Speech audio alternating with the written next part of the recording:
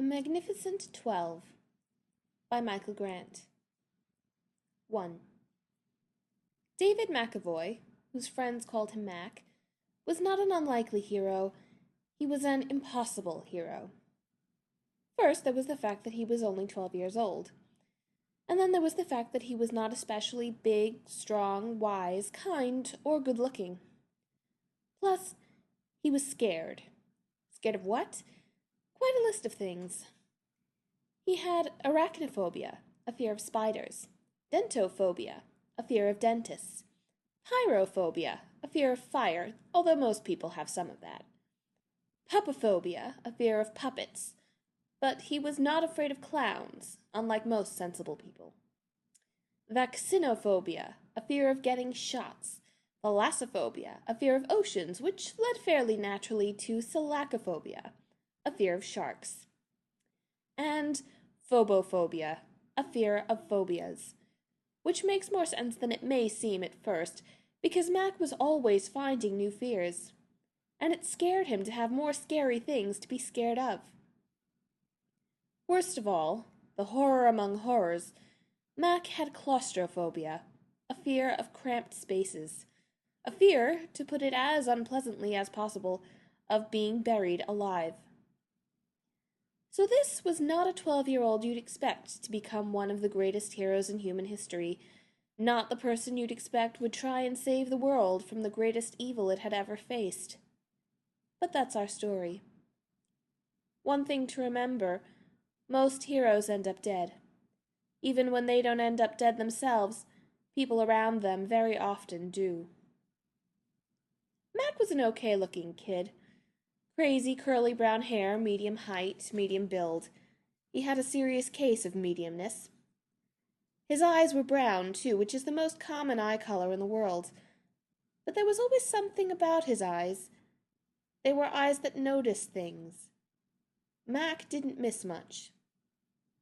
He noticed how people looked at him, but he also noticed how they looked at each other, and how they looked at things, and even how they looked at a printed page.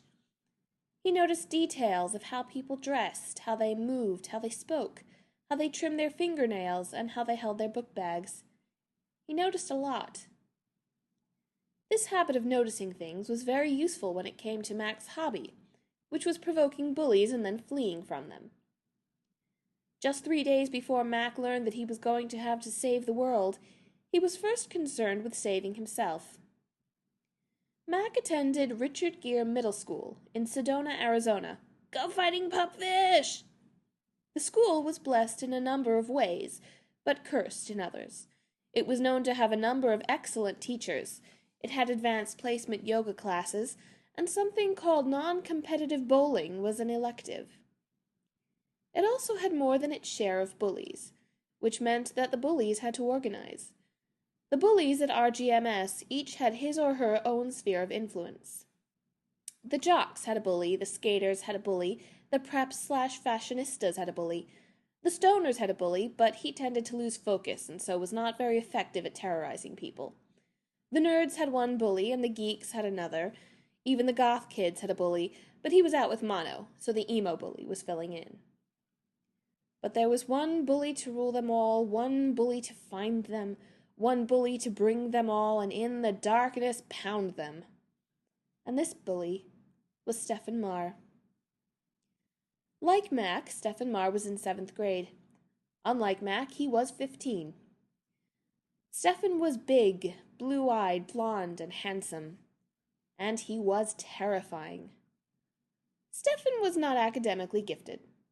Let's just put it that way, because the alternative way of putting it might be rude. But he was fearless. While Mac had 21 identified phobias, Stephen had 0.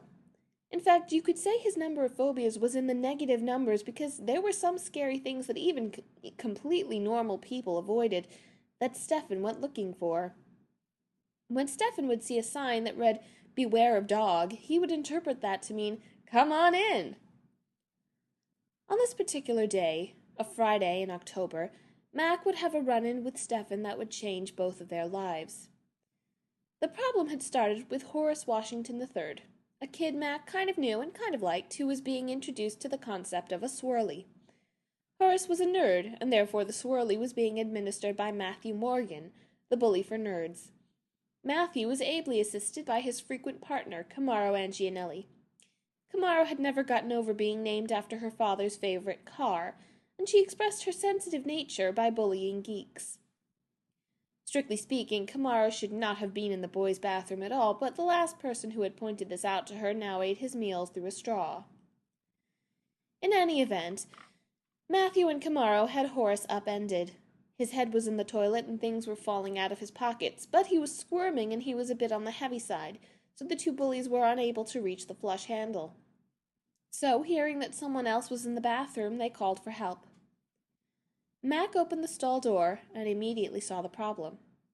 "It's a self-flushing toilet," Mac pointed out. "Duh, we're not morons," Matthew said. "Then you actually need to move Horace away from the toilet before the flush will activate," Mac explained. "That would defeat the entire purpose of a swirly," Camaro said. Camaro was not stupid. She was just hostile. "Yeah," Matthew agreed, not sure what he had just agreed to. "There's a manual override button," Camaro pointed out, shifting her grip on Horace's ankle. "Yes," Mac agreed, "but I don't see why I should help you torture Horace." "Because we'll kick your butt," Matthew said. This is where a sensible kid would have said, "Good point," and pushed the manual flush button. But Mac had never been accused of being sensible. He had an innate dislike for bullies. So he said, "You can try." "Try what?" Matthew asked, baffled. "He means," Camaro explained patiently, "that we can try to kick his butt. He's implying that we are unable to kick his butt." Camaro was an attractive girl in a bodybuilder, 0% body fat, sleek, and predatory sort of way. "You see," Camaro explained, in the pedantic manner that made her a natural fit for the job of bullying geeks, "he's trying to trick us into putting Horace down and chasing him." Mac nodded, acknowledging the truth. "You see right through me." Mac, Camaro said. "You're cute." "I am," Mac agreed. "I don't want to beat you up," Camaro admitted, "so why don't you just run away?" Mac sighed. "Okay, but I'm taking this." He reached down and snagged Matthew's book bag. It was surprisingly light, since it contained no books, just a pack of red vines, a Mountain Dew, and a pair of nunchucks. This Matthew understood. He released Horace, which put all the weight on Camaro, who was strong but not that strong. Horace plunged but did not swirl. Matthew leapt, but Mac leapt faster.